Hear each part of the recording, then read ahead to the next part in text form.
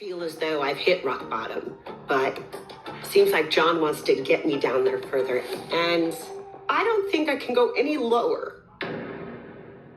What's up, guys? Welcome back to my channel. So I'm here today to talk about The Real Housewives of Orange County, Season 18, Episode 12, The Elephant in the Room. So be sure to like, comment, subscribe, and let's jump right on into it. So the episode begins with Tamra, Emily, and Gina all linking up for coffee, and they discuss the drama at Jen's event the night prior. And Emily says that she and Heather could have really had like a heart-to-heart and really just understood each other, but spiraled out of control. Tamra also apologizes for jumping on the bandwagon, and she tells Emily that she now she sees where she was coming from. She understands her perspective now, so Tamra apologizes. Emily also notes that she still thinks that Alexis is a lunatic. And speaking of Alexis, they also mentioned the night prior, she was kind of acting weird and saying shit like, oh, something's gonna come out tomorrow, like something about Shannon, like John's at his wit's end, blah, blah, blah. So they're all here speculating about what's gonna happen, basically. And later on, we learned this whole thing is about the lawsuit getting published in the press. And of course, Shannon is just devastated about this. Tamra gives her a call trying to see what's up, and she doesn't answer. But Shannon winds up butt dialing Tamra back, and Tamra just eavesdrops, has it on speakerphone, on camera, and Shannon is spiraling. She's like, oh my gosh, I don't know what to do. She could have said anything while just freaking out, and it's just, oh, it's not a good look. A lot of people are upset at Tamra for that. Again, I'm never going to be on here calling for Tamra to get kicked off the show just yet, because, they need this energy. I feel awful for Shannon that she's going through this and that Tamra's being a bad friend to her, but, Shannon keeps letting her in. It's like, girl. But yeah, I'm a firm believer in, Tamra is the villain. That's, hands down, of course. We can't call for the villain to leave, because then what are they gonna do? Is Gina gonna be the new villain again? No, we need Tamra to be in here doing it. So yeah, Tamra's being a little shit and being a shitty friend and just being shitty in general, but I'm glad she's on the show. I have to say that. But of course, I also have to say that I hope that in the future season, someone can come on that can be an actual worthy, unfoolable adversary for Tamra. You know what I mean? One can argue that, that maybe Heather, last season Heather went up against Tamra, but they're able to play it cool. After Tamra gets off the call with Shannon, she calls Heather, and they're able to I think they see each other, but they're playing it nice, essentially. I need someone who's gonna come in and not let Tamra get her way. So yeah, have to add that. Whenever I'm advocating for Tamra, I have to add in that I would still love to see someone just take her on, head on. But anyways, we then check in with Heather and Terry. They're at the doctor's office, and Terry's looking into getting a nose job to help his breathing and whatnot. And while they're there, Heather's venting about the whole situation with both Gina and Katie. Essentially, Heather is still giving them both the side eye, and Terry's like, look, I get it. You have a certain process that you have to go through when someone wrongs you, and it involves you talking about the issue ad nauseum. You can't just address it and move on. It's gonna continue to fester, and you have to keep addressing it. And Heather doesn't like this answer. She gets kind of irritated and starts speaking over Terry a little bit, and Terry gets frustrated. He's like, you know what, I'm done with this then. If you're gonna speak over me, it's fine, whatever, I'm just conversation. He's just over it. And that's it for that moment. Then off camera, we hear Heather say something like, oh, don't admonish me on camera. I don't like it. You can't do that to me on camera. Of course, Heather. And I love that we're getting this audio, because Heather is not perfect, and she's so concerned about looking perfect. That's why she's on the fucking show. She does not need to be on this show like Gina or even Tamra would have, you know what I mean? She's good. She's set with just Terry. Terry's also on reality TV and these other pursuits. It's for the image, so I love we gave those little glimpses into reality, basically. Can see what? Admonish me on camera. Don't do that. I don't like that. Well, then don't talk over me. Let me talk. It obviously wasn't on purpose. Don't admonish me. We then check in with Jen and Ryan as they go shopping. And of course, we have this whole conversation about Ryan and his eclectic fashion sense. Apparently gets everything tailored, including his underwear. Everything goes to the tailor, all this stuff, yada, yada, yada. And Jen mentions that things are a lot better with her and Tamra now, especially compared to last year, because it was pretty rough at some points. And because of that, she wants Ryan and Eddie to basically make amends again, because they have their own issues. And it's stemming from this podcast that Ryan did. Now, according to Tamra, Ryan was saying shit about Eddie being a bad businessman, saying that there are people talking shit about him in his own gym, all these really bad things. But in reality, like from the actual podcast clip, all Ryan said was, when I did hear about Ryan and Eddie, I never heard anything positive. Nothing about the gym, nothing about him being a bad businessman, nothing about people trashing him in the gym.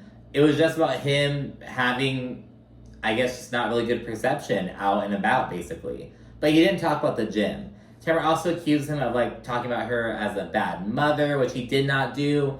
Tamra just has all these allegations about Ryan and what he said in the podcast, but it really wasn't that bad. And they played the actual clips on the episode, so, it wasn't...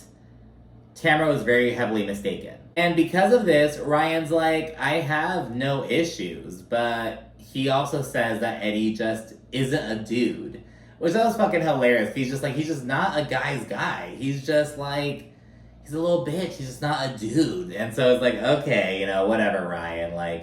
Mr. Splatter paint, denim jacket, skinny jeans, tailored undies, okay. And regarding the podcast, Ryan says that he did it to tell the truth, and in response to all this slanderous lies that Tamra and Eddie spread last season.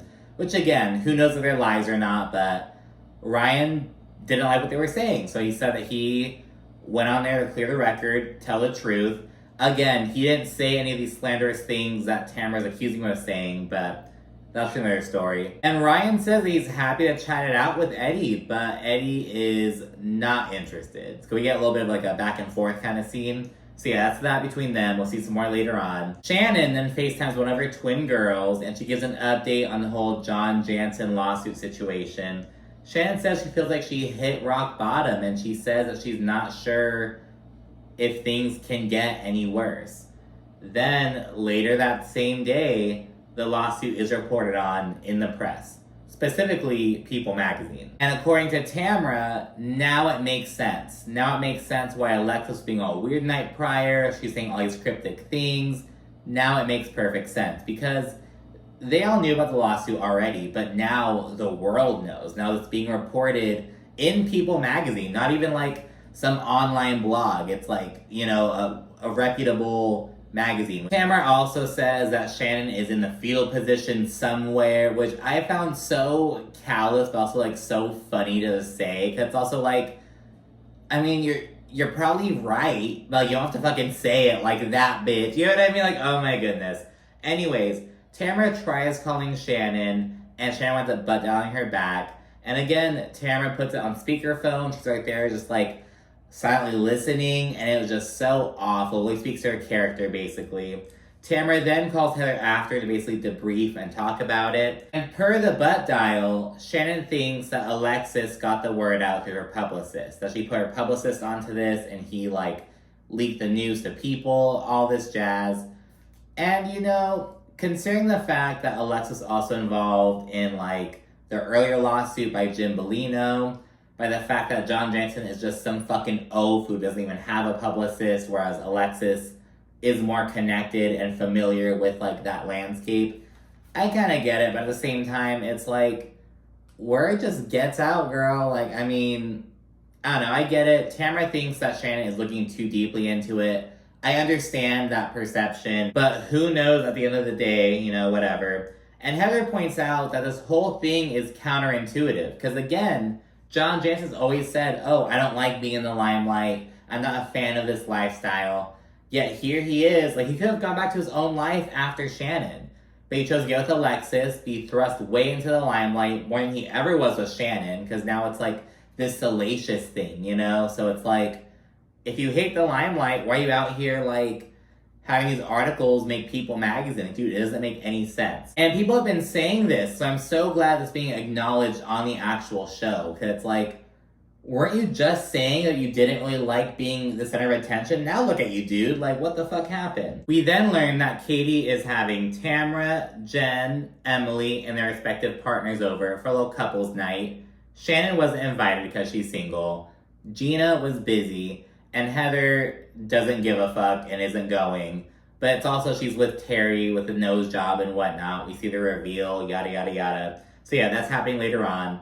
But first, we check in with Gina. And she has Matt, her ex-husband, and Britt, his fiance, they're over. And Gina is really cool with Britt. And this leads to a conversation about how Britt is so lucky to have Gina to deal with, while Gina has Travis's like crazy ex-wife to deal with. And Gina notes that their situation is just getting way worse. Things aren't getting better between Travis and his ex. Things are like just going backwards essentially. And Gina gets emotional and says that this legal situation is taking a big toll on the relationship.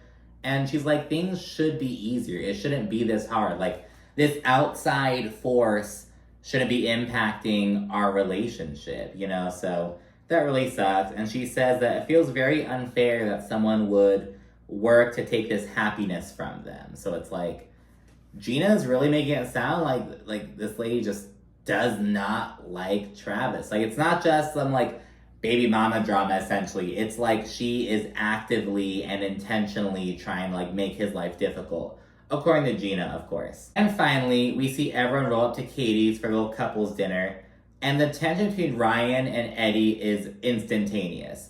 Because Ryan walks in, he's greeting all the dudes and whatnot. He says hi to Eddie, like shakes his hand or whatever. And he tries to give him a hug, but Eddie just like is not feeling it. And it's like, why'd you even say hi to him then? And I get trying to be cordial, but it's like, if you're gonna like have this little pissy attitude, like why even like be in that proximity with him, you know? I don't know. Katie's husband, Matt, asks Ryan what he does for a living, and we get this whole spiel that's just, which is always a red flag. If you can't describe what you do, it's kind of like, well, what do you do then? You know, it's just a huge red flag. What do you do?